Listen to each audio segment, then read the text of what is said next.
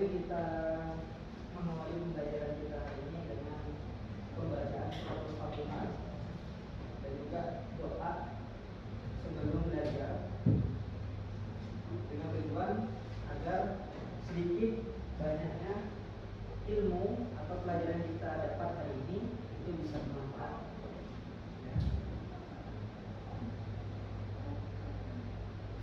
Al-Fatihah.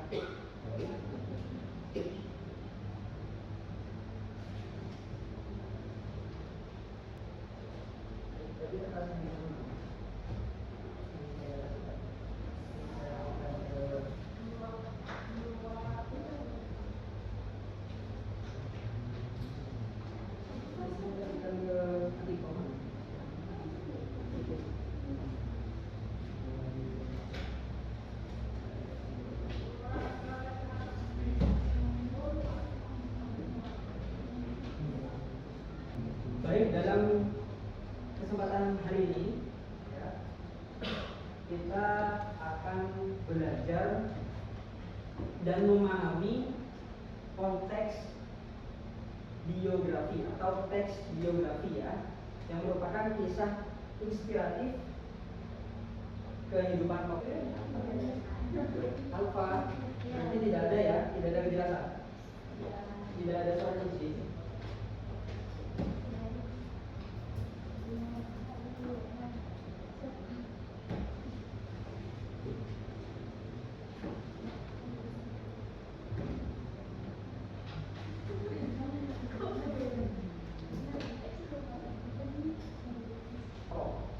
Sebelum masuk dalam pembelajaran, saya absen terlebih dahulu.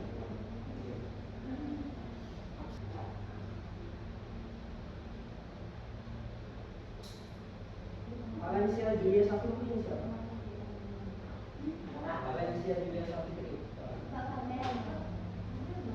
tidak pernah masuk.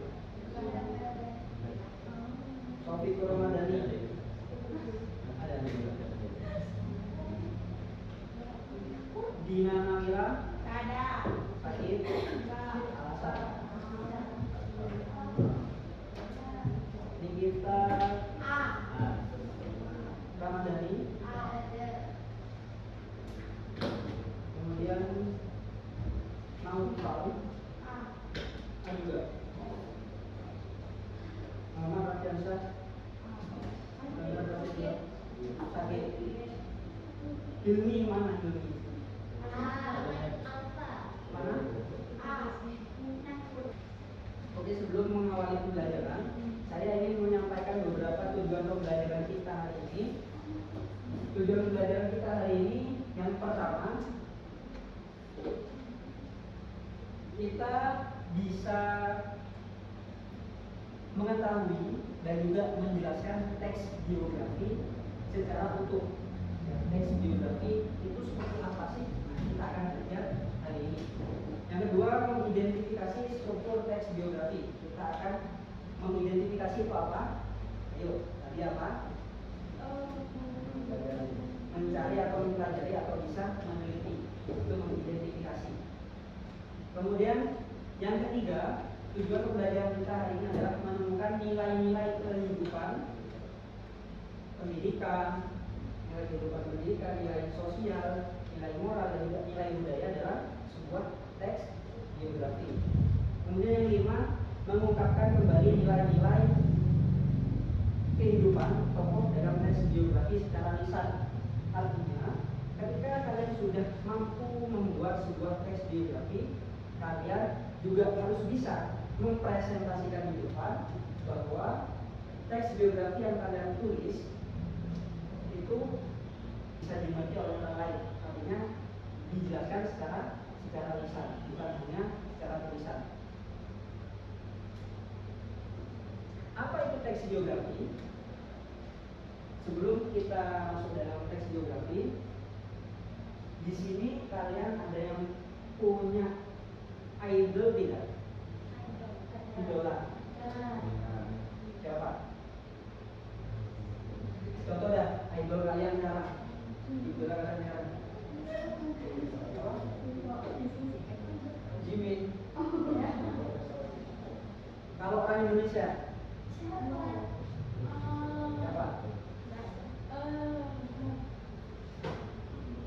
Siapa? Siapa idola kamu Taufik? Hah? Idola kamu siapa? Siapa? Cristiano Ronaldo. Oh, Rizky Ridho main sepak bola timnas. Cristiano Ronaldo atau Rizky Ridho. Ya, kemudian ada lagi yang bilang. Jadi, ya, teks biografi itu adalah sebuah teks atau karya tulis yang menceritakan perjalanan seseorang, ya, dengan latar belakang pengalaman, prestasi yang ditulis dan juga peristiwa-peristiwa yang dialami oleh tokoh tersebut. Yang mana peristiwa-peristiwa tersebut itu bisa kita jadikan sebagai sebuah motivasi dan juga inspirasi. Tujuan dari adanya teks biografi, tujuan dibuatnya sebuah teks biografi yang pertama adalah tadi memberikan sebuah inspirasi, ya, memberikan sebuah inspirasi teladan, informasi yang historis sesuai dengan cerita atau sesuai dengan fakta, sekaligus menyampaikan nilai dan pelajaran hidup kepada pembaca, atau bisa kita sebut motivasi. Nilai kehidupan yang dialami kelompok Ki Hajar Dewantara itu adalah ternyata Ki Hajar Dewantara itu adalah sosok pejuang yang memperjuangkan pendidikan di Indonesia. Berarti setelah membaca biografi singkat dari atau biografi utuh dari Ki Hajar Dewantara, kita diharapkan untuk lebih giat dalam mencari ilmu. Oke, yang pertama adalah ciri-ciri teks biografi. Yang pertama adalah biografi yang harus berupa non-fiksi atau sesuai dengan fakta. Artinya informasi yang diberikan dalam sebuah teks biografi itu adalah informasi yang akurat. Kemudian yang kedua,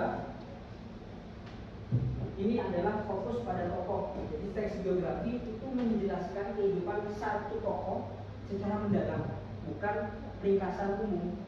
Artinya teks biografi itu menceritakan satu orang saja, ya, perjalanan hidup dari dia lahir, dari dia jatuh bangun memperjuangkan sesuatu, ya, sampai kemudian terakhir dia wafat. Menunjukkan prestasi, ya, menunjukkan sebuah pencapaian dari seorang tokoh. Dan yang ketiga adalah keteladanan. Apa sih yang bisa kita petik atau hikmah dari cerita atau pengalaman dari tokoh yang diciptakan dalam sebuah teks biografi.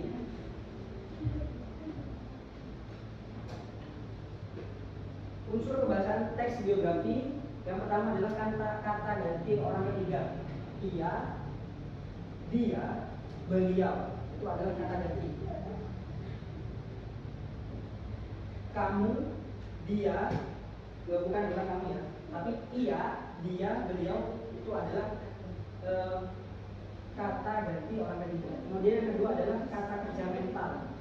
Tokoh memahami, mengingat, berusaha, dan ungkapan proses batin seorang tokoh. Lalu yang ketiga kata kerja pasif. Ya, kata kerja pasif itu kebalikan dari kata kerja aktif. Dipilih, diberi, ditugaskan itu adalah pasif. Dipukul itu pasif, ya. Ditendang, didorong itu adalah pasif. Kalau aktif itu apa, Pak? Contohnya aktif mendorong, terus menendang, mengambil, memerintahkan itu adalah kata kerja. Bukan memerintahkan, tapi memerintah itu adalah kata kerja aktif. Kemudian kata sifat deskriptif seperti contohnya cerdas, gigih, ya, artinya suatu kata yang mendeskripsikan sebuah sifat atau sebuah perilaku. Kemudian yang terakhir adalah kata sambung waktu, seperti contoh kata kemudian, kata akhirnya. Akhirnya Ki Hajar Dewantara memenangkan pertempuran. Kata akhirnya itu merupakan kata sambung waktu. Kemudian pada saat itu, kata pada saat itu adalah kata sambung waktu.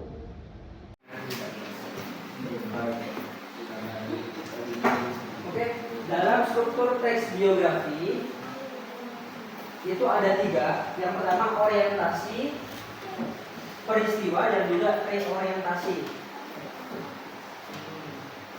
Ini, ayo bangun. Ayo bangun dulu. Pergi ke kamar mandi. Ini wajahnya, ini wajah. Langsung muka biar tidak ngantuk.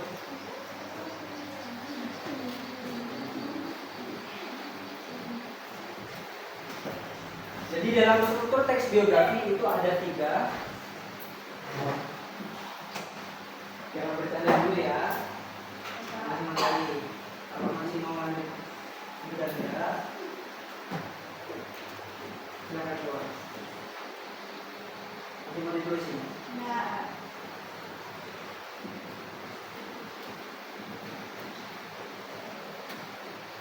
Oke, kita lanjutkan ya. Mohon disimak dengan cermat. Struktur teks biografi itu ada 3. Yang pertama adalah orientasi, yang tahu orientasi, ayo boleh angkat tangan. Ada yang tahu orientasi? Orientasi itu apa? Pengenalan tokoh. Boleh angkat tangan? Ya, gimana? Apa orientasi? Pengenalan tokoh. Pengenalan tokoh ya. Atau dalam struktur teks biografi itu ada yang namanya orientasi. Orientasi itu adalah pengenalan tokoh. Nah, ini contohnya ya. Pengenalan tokoh itu isinya apa? Isinya adalah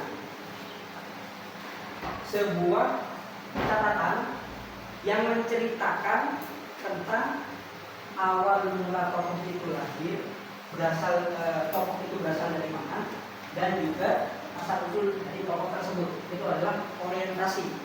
Kemudian yang kedua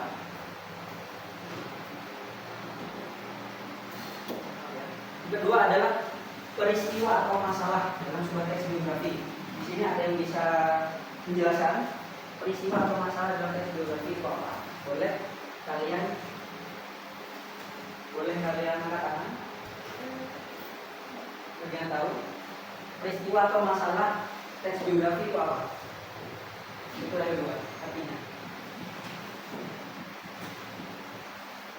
Tidak ada? Apa kejadian bikin? Ya, bisa. Boleh angkat tangan? Boleh angkat tangan? Oh iya, boleh. Apa? Kejadian. Jadi perjuangan, kisah atau inti dari sebuah teks biografi. Teks biografi itu ditulis ya, ceritanya atau peristiwa yang ada di teks biografi itu apa. Nah, di sana termasuk dalam sebuah struktur teks biografi yang nomor 2. Artinya terdapat sebuah peristiwa atau masalah dari tokoh ya, yang sedang diceritakan. Kemudian yang ketiga adalah reorientasi. Nah, reorientasi, ayo siapa yang tahu? Nela, itu apa? Reorientasi itu apa? Orientasi itu berisi kesimpulan atau penilaian penulis terhadap tokoh yang bersifat opsional. Artinya reorientasi itu adalah sebuah tulisan atau sebuah ungkapan dari seorang penulis teks biografi dengan tujuan apa? Tujuan memberikan kesimpulan, refleksi, dan juga evaluasi, atau bisa kita sebut sebagai kesimpulan dari tokoh yang diceritakan dalam teks biografi. Itu pertanyaan dulu untuk Tiana, Naila, dan juga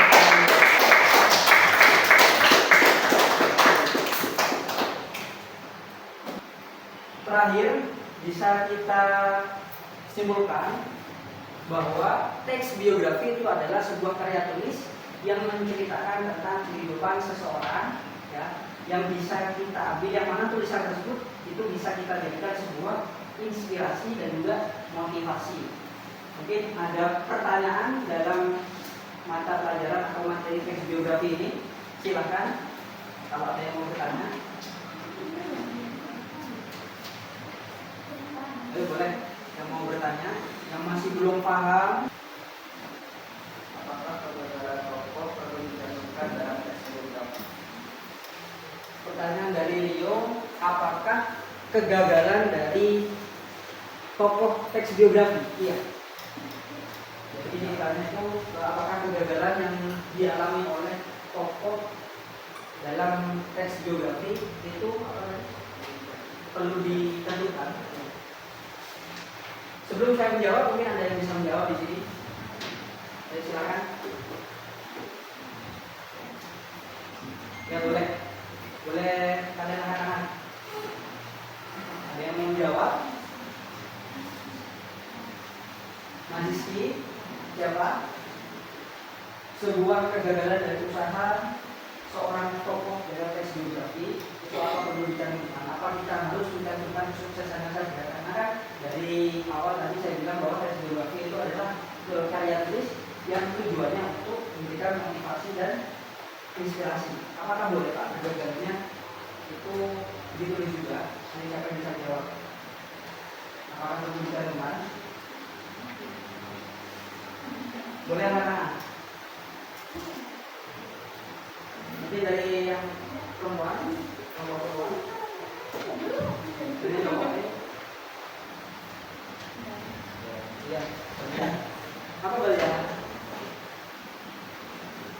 Boleh dicantumkan karena kegagalan dapat memberikan pelajaran tentang perjuangan dan semangat tentang hidup. Jadi menurut bagian di sini kegagalan seorang tokoh ya, tokoh yang diciptakan dengan teks biografi boleh dicantumkan karena kegagalan dapat memberikan pelajaran tentang perjuangan dan semangat tantangannya. Kita ambil inspirasi atau motivasi dari gigihnya perjuangan dari seorang tokoh tersebut. Misal seperti Ibu Kartini, kita mungkin melihat perjuangan Ibu Kartini berhasil membangun sekolah bagi perempuan, akan tapi banyak yang kita tidak tahu kegagalan yang dialami oleh ibu kita Kartini. Oke. Masih mau bercanda? Masih belum selesai bercandanya? Disimak ya. Tepuk tangan dulu.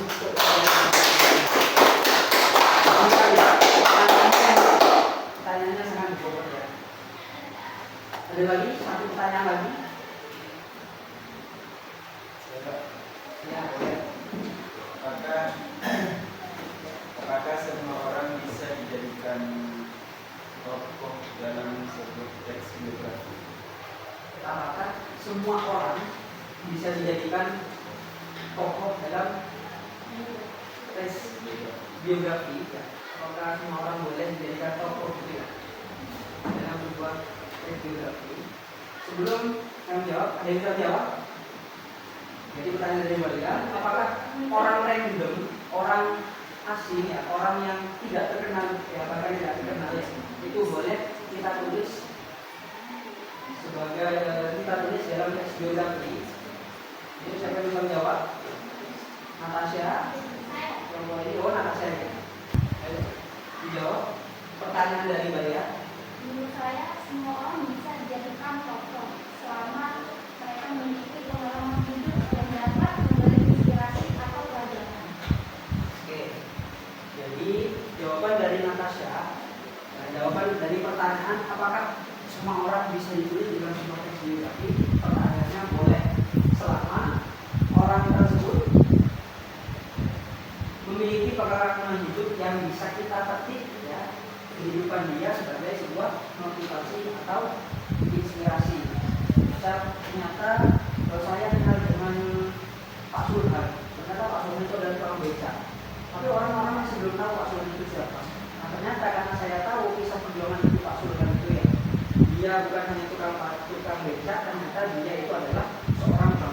yang berhasil menyekolahkan kedua anaknya sampai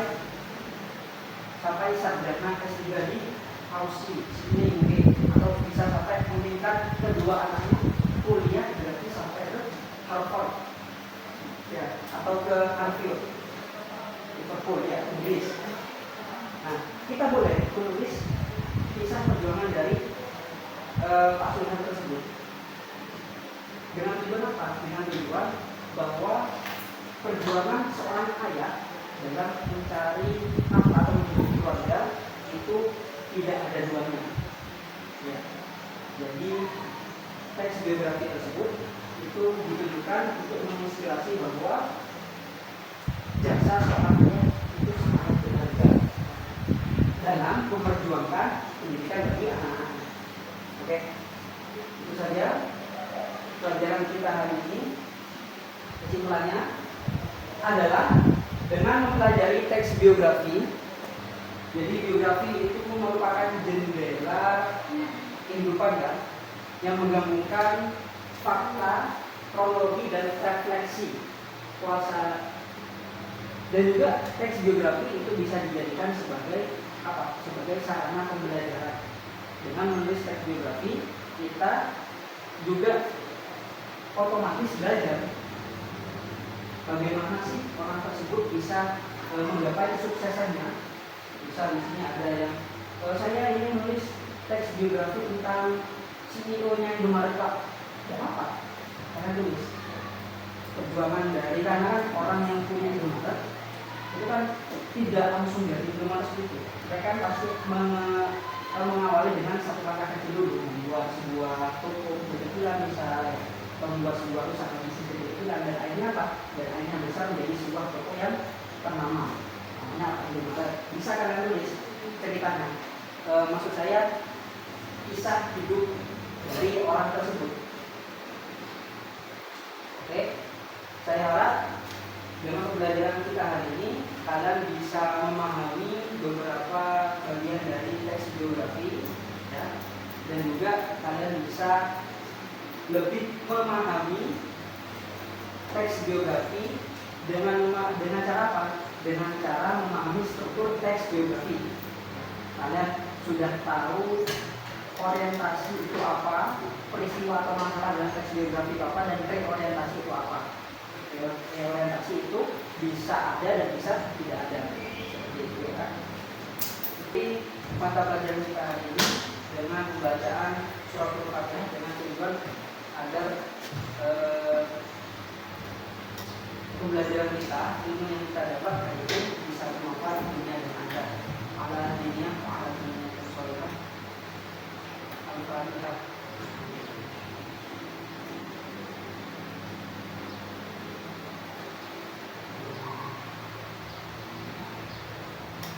Saya Adi, Assalamualaikum warahmatullahi wabarakatuh.